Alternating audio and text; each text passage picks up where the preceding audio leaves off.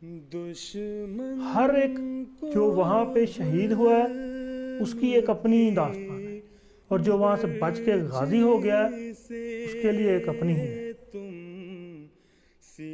اندر مسجد میں خون ہی خون تھا، خون ہی خون تھا ہر طرف۔ اتنی زبردست فائرنگ تھی، اس طرح گولیاں آتی تھی جیسے کہ بارش ہوتی ہے۔ چھوٹے بچے بھی شاید 6 سال کنٹینیوسلی وہ درود شریف پڑھتا جا رہا ہے۔ ہم ایک خلافت کو مارنے والے ہیں۔ اس دن میں نے دیکھا تھا۔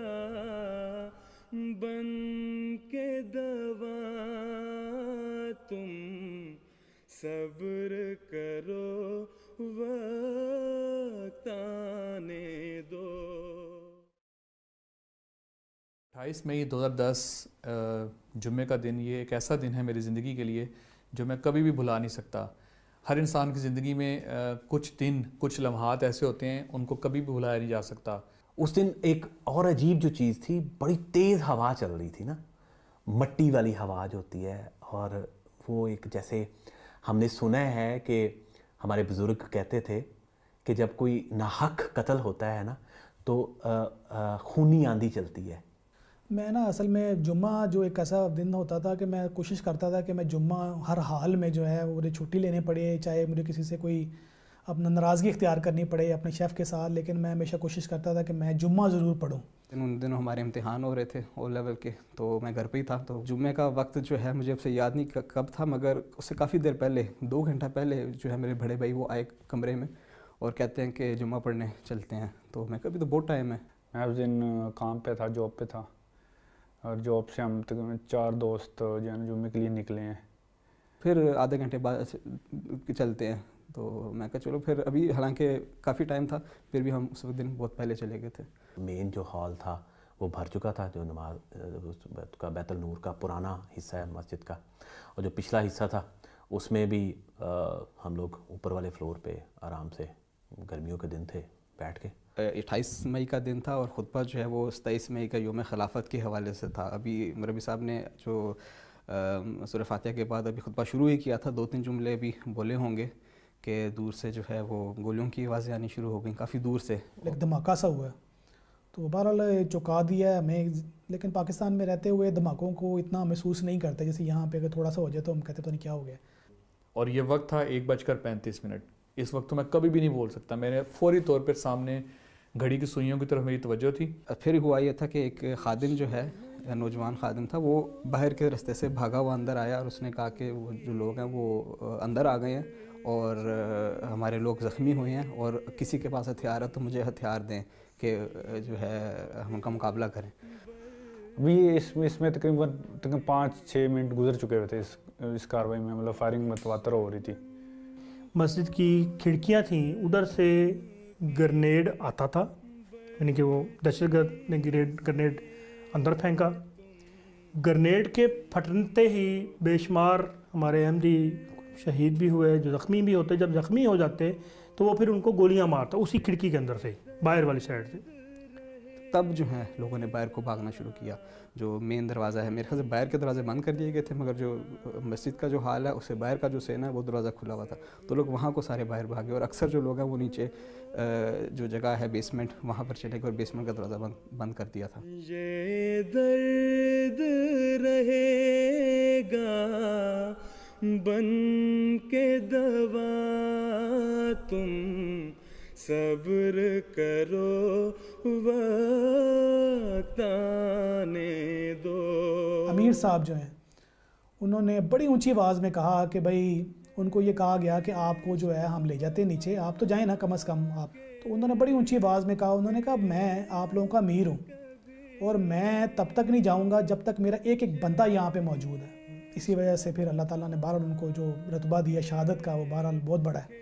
حالات تھے وہ یہ تھے کہ اپنے احمدی زخمی ہوتے تھے،